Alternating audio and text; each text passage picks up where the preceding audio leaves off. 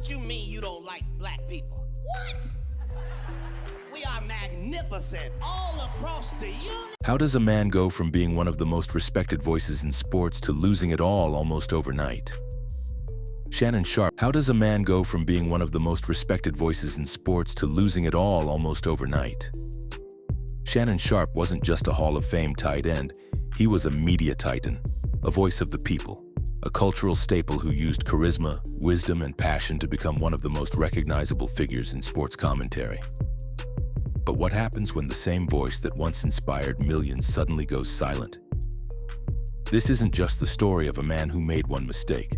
This is about a slow fall, a collapse that was publicly foreseen, privately warned about, and tragically ignored. And at the center of it all, a woman, a lawsuit, and a brutal reminder that even legends can be reduced to footnotes. Especially when they ignore the signs, even when those signs come from people like Katt Williams. Signs when Gabriela Zuniga, a young OnlyFans model, filed a lawsuit against Shannon Sharpe. The accusations? Sexual assault and battery. Allegations so damaging that ESPN wasted no time cutting ties. $50 million. That was the number tied to the lawsuit. But even more damaging than the money was the reputation hit. Shannon Sharpe, once seen as the moral compass of debate shows like Undisputed, was now being framed as the latest cautionary tale. He quietly settled the lawsuit. No courtroom drama, no televised rebuttal. And almost immediately after the ink dried, ESPN dropped him. No press conference, no official statement, just silence. The kind of silence that speaks louder than words. But here's where it gets interesting. Because long before Gabriela made her move, someone had already seen it coming. Sitting across from Shannon on his own podcast, Club Shay Shay, Katt Williams didn't hold back. With that signature blend of humor and truth, he dropped a warning that now feels like a prophecy. "I think white women are as great as any other women," Katt began. "But I'm not going to act like I'm not scared of them. You could be Kang the Conqueror, and they could take your rabbit ass down in 2 weekends." Shannon chuckled, brushed it off, and moved the conversation along. But Katt wasn't joking. And now it's hard to ignore the fact that he was talking directly to Shannon. Because what followed wasn't just a coincidence. It was a play-by-play of the exact scenario Katt described. He wasn't fear-mongering, he was warning someone he respected, someone he saw walking straight into a trap. And when that trap snapped shut, Katt didn't gloat. He didn't need to. The silence spoke volumes. Katt wasn't the only one who tried to steer Shannon off the path. Enter Monique, who didn't sugarcoat a single word when she sat across from him. "Take your old ass and get somebody to love you," she said bluntly. It was one of those moments that made audiences laugh nervously. Shannon looked stunned, but again, he brushed it off. Monique wasn't coming from a place of hate. Like Katt, she was trying to wake Shannon up, to remind him that chasing attention in youth can leave a man vulnerable, especially when that attention comes with a price tag. But Shannon didn't listen. He ignored the elders, the comedians, the truth-tellers. And by the time he realized the danger, it was already too late. Just 24 hours after the lawsuit settlement, Gabriela Zuniga announced her retirement from OnlyFans. She posted on Instagram thanking her supporters and hinting at a new chapter. But the timing was more than suspicious. It was surgical. She had secured her bag, a multi-million-dollar deal from one of the most recognizable faces in sports media. And just like that, she was out of the game. The internet didn't miss a beat. Screenshots began to circulate. Alleged leaked texts revealed Gabriela had been charging Shannon $25,000 per visit. It didn't take long for fans to piece it together. The same man who once bragged about capping his daughter's wedding budget at $30,000 had spent millions on a young woman who played him like a fiddle. And people were furious. Shannon's public image had been built on responsibility, discipline, wisdom. He was the unk of sports media, a man who often lectured others on how to stay grounded. But now, the cracks were visible, and they weren't small. "He's giving a stranger millions," one fan tweeted, "but his daughter only gets $30,000 for her wedding?" Another comment read, "He paid more for that young white girl who saw him as a lick." How dumb was that? The damage wasn't just financial, it was moral. Shannon's audience didn't see him as a man who made a mistake. They saw him as a fraud, a man who failed to practice what he preached. And when that trust is broken, it's almost impossible to rebuild. If Shannon thought the settlement would save his job, he was sorely mistaken. ESPN dropped him without hesitation. There was no spin, no PR cleanup, just silence. Even when People magazine reached out for comment, the network declined. And here's the kicker. Shannon begged them to delay the announcement. His brother, Shannon Sharpe, was being inducted into the Pro Football Hall of Fame. This was a historic moment. Two brothers, both in the hall. A moment of pride and legacy. But ESPN didn't care. They announced the firing anyway, knowing it would overshadow Sterling's induction. And in Shannon's own words, it broke him. He issued a tearful apology on his podcast. "I hate that I overshadowed my brother," he said. "You've been my hero. You've been my role model." But apologies didn't change the reality. The damage was done. What makes this downfall even more tragic is how much was on the line. Just days before the lawsuit hit the headlines, Shannon was on the verge of signing a life-changing media deal. A deal reportedly worth over $100 million. The deal would have included his entire Shay Shay media empire. That means Club Shay Shay, Nightcap with Chad Johnson, The Bubba Dub Show, Club 520, Humble Baddies, all of it under one massive umbrella. Front Office Sports even confirmed that Shannon was just days away from finalizing the paperwork. But then, out of nowhere, the lawsuit dropped. And like dominoes, everything fell apart. The potential buyers vanished. The sponsors pulled out. Networks began distancing themselves, and just like that, Shannon went from podcast mogul in the making to radioactive in the industry. Because in the eyes of corporations, scandals aren't just embarrassing. They're dangerous. And when your name starts trending for the wrong reasons, you go from asset to liability overnight. Losing ESPN was already a blow. But the full impact didn't hit until it became clear that Shannon hadn't just lost a job. He'd been blacklisted from an entire media ecosystem. Because ESPN isn't a standalone company, it's owned by Disney. And Disney owns much more than cartoons and cruise ships. ABC, Hulu, FX, National Geographic, Marvel, Lucasfilm. The list goes on. Basically, every major platform Shannon could have transitioned to is now off limits. Even if he tried to pivot, the question follows him everywhere. Didn't assault case? And let's be honest, no mainstream network wants that kind of baggage. Especially not in the post-Me Too era, where public perception can make or break billion-dollar brands. So while Shannon might still have an audience, his platform options have vanished. And in media, that's a death sentence. Now here's where things start to feel eerie. Because when you rewind back to Katt Williams' Club Shay Shay interview, it's like watching someone call the future in real time. He didn't just warn Shannon, he explained the exact scenario that would play out. You could be Kang the Conqueror and they'll take your rabbit ass down in 2 weekends. That wasn't just a throwaway joke. That was a message wrapped in comedy, but rooted in real experience. Katt has been around Hollywood long enough to see the patterns. He's watched powerful black men rise only to get dragged down by the same formula: scandal, silence, erasure. And when you look at the timing, it's hard not to believe that Katt knew exactly what Shannon was walking into. Maybe he'd heard the rumors. Maybe he saw Gabriella in the background. Maybe he just recognized the signs. But one thing's for sure, he tried to warn him. Even when Katt referenced Jonathan Majors, it wasn't random. Majors had just been convicted. He lost his role as Kang the Conqueror in the Marvel Cinematic Universe. Disney dropped him instantly. Sponsors disappeared.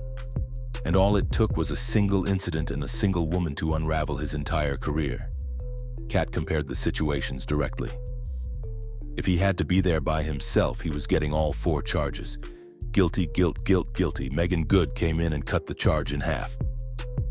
It was part joke, part prophecy. But the lesson was clear. Black men in Hollywood don't get grace. One slip-up, one accusation, and it's game over. Shannon was supposed to be taking notes. Instead, he played the exact same game and lost the same way.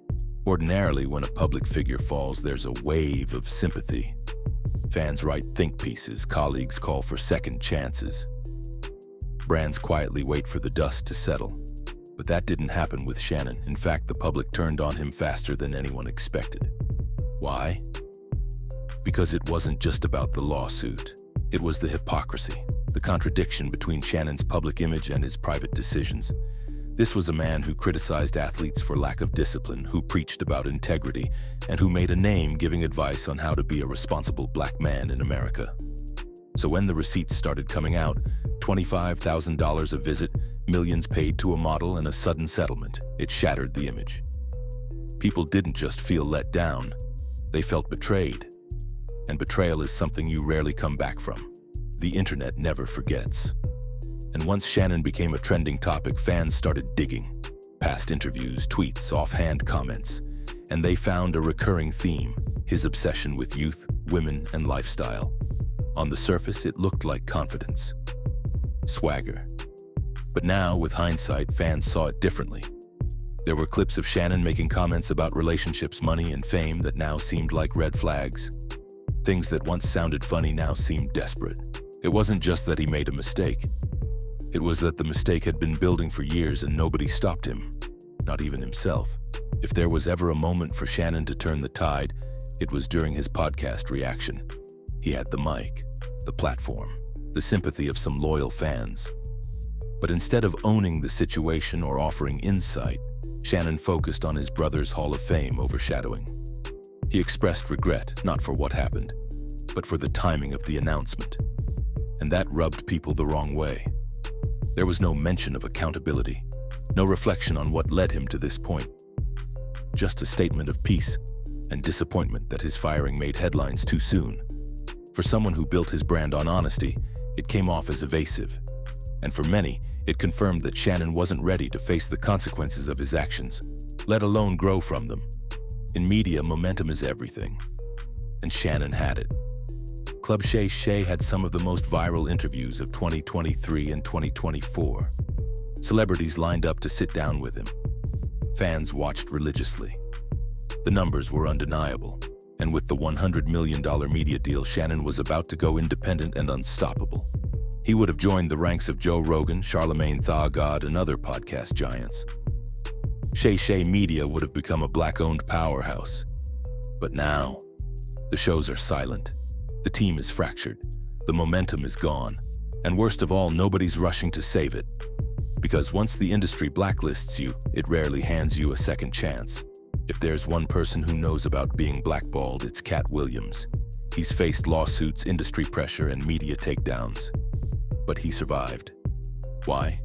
Because Katt never put on a mask. He told the truth, even when it hurt. He stayed raw, authentic, unapologetically himself. That authenticity made him dangerous, but it also made him untouchable in a different way. Because when scandals hit, no one could call him fake. Shannon, on the other hand, built a brand on being the responsible one, the moral uncle, the voice of reason. So when that image crumbled, there was nothing underneath it to hold him up. Katt told jokes, but Shannon told people how to live, and now that guidance feels hollow. Perhaps the most tragic part of this entire saga is how avoidable it was. He wasn't caught in a years-long secret. He wasn't exposed by enemies. He walked into this scandal eyes wide open. He ignored advice, laughed off warnings, and kept moving forward like he was untouchable. And now, the career he spent years building is in limbo. The deals are gone, the reputation is scarred, and the OnlyFans model he risked it all for? She's retired and unbothered. It's the kind of fall that Hollywood doesn't forget. Not because of how loud it was, but because of how fast it happened. It's one thing to get blindsided by life. It's another to walk straight into a storm holding the forecast in your hand. Shannon Sharpe didn't just fall. He fell after everyone told him the floor was about to give out. Katt Williams, Monique, fans. Even history itself had already shown him how fast things unravel for black men in the spotlight when lust and power mix with naivety. But somewhere along the way, he stopped listening. Or maybe he thought the rules didn't apply to him. Maybe being at the top of the sports world, landing ESPN deals and trending for viral interviews made him believe he was too big to fail. But now that illusion is shattered. And Gabriela Zuniga? She became the unexpected symbol of that downfall, not because she was special, Not because she tricked the system, but because she represented something Shannon thought he could control. Attention, youth, desire. And he learned the hard way that those things always come with a price ESPN didn't want to pay, a price his daughter noticed, a price his legacy couldn't afford. So where does Shannon go from here? In Hollywood and sports media, comebacks aren't impossible, but they're rare, and they require something most men in Shannon's position struggle with: humility. Owning your mistakes, reflecting out loud, showing growth, not defensiveness. If Shannon hopes to salvage any of his credibility, it won't be through another podcast or another viral moment. It'll be through honesty, through being the same unk people trusted, only this time without the mask.